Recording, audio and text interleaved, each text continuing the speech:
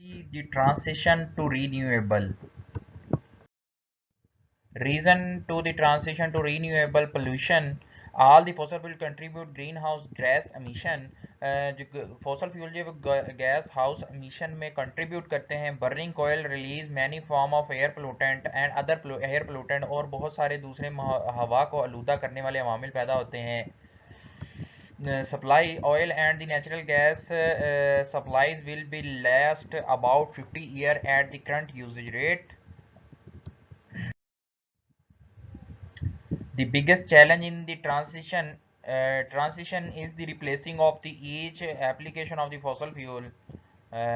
Biggest challenge है हमारे लिए कि एक फॉसल के एप्लीकेशन को कैसे रिप्लेस्ड किया जाए. Replaced of each application of fossil fuel, यानी कि फॉसल फ्यूल की ईच एप्लीकेशन को कैसे रिप्लेस किया जाए, ये हमारे लिए एक बड़ा चैलेंज है.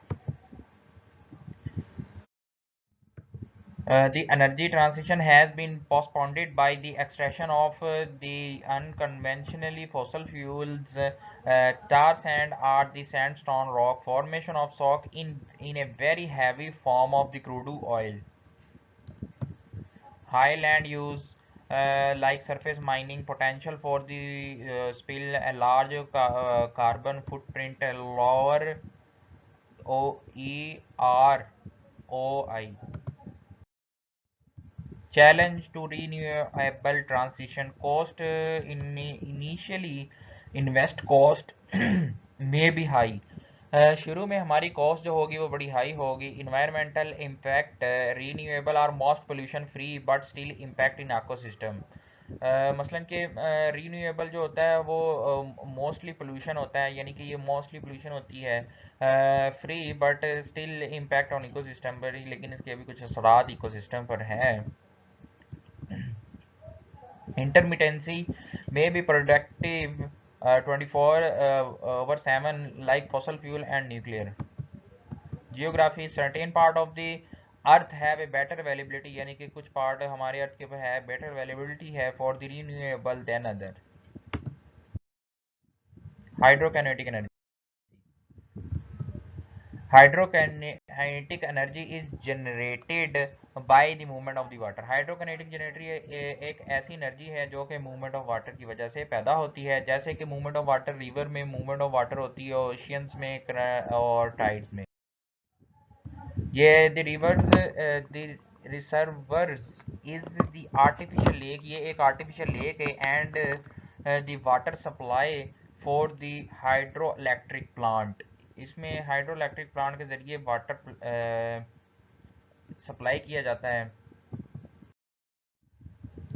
The dam hold the reservoir in the place and control how much water passes. एक रिजर्वर जिसे कि हेड वाटर भी कहा जाता है वो लगा होता है कि और ये सामने आपके डैम बनाया गया है.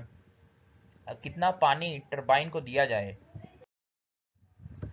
The turbine spin as water passes through it. Turbine घूमती है जब पानी उसके करीब से गुजरता है. The generator convert the movement of the turbine. Generator जो है वो टरबाइन के घूमने के अमल को इलेक्ट्रिसिटी में कन्वर्ट करता है.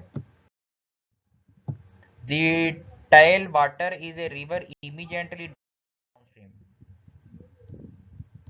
ये एक reserve flood that ecosystem there were before. The fish can easily travel between the head water and tail water. ये एक एग्जांपल बताई गई है इस तरह का डैम और फिर उसके नीचे turbine.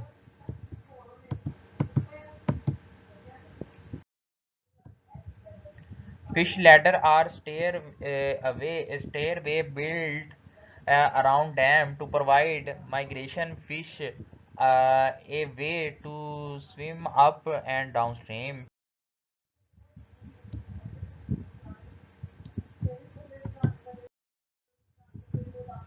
Tidal power plant construction along the dam and equated that allow the water enter high tide then produce electricity as it flow past turbine through the lower tide. दो टाइड बनाए जाते हैं, high tide and low tide. और high tide से पानी आता है turbine के अंदर जाता है और घूमता है, और टरबाइन घूमने की वजह से हमारे पास इलेक्ट्रिसिटी पैदा होती है. ये उसकी एग्जांपल बताई गई है. Wind energy. Wind turbine have three large rotator, इसकी थ्री लार्ज रोटेटर ब्लेड होती है जो कि हवा के साथ घूमती है, attract to the generator that immediately convert the energy to electricity, जो कि जो इसके घूमने की वजह से एक एनर्जी पैदा होती है जिसमें हम इलेक्ट्रिसिटी पैदा कर सकते हैं। Able to change the direction of the, इसको हम चेंज भी कर सकते हैं जैसे कि डायरेक्शन ऑफ द विंड, जहाँ पे हवा की डायरेक्शन होगी। ब्रेक रोटेटर टूट भी जाते हैं if the what wind speed is too high, अगर विंड की स्पीड टू हाई होगी। Wind farm are cluster wind turbine that generate large amount of the power, इसको हम विंड फार्म भी कहा जाता है। ये क्लस्टर विंड टरबाइन में that generate large amount of the generator, ये एक बहुत ज़्यादा amount of the power generate करती है। पावर टू सप्लाई अबाउट 900, ये 900 घरों की बिजली पूरी कर सकती है।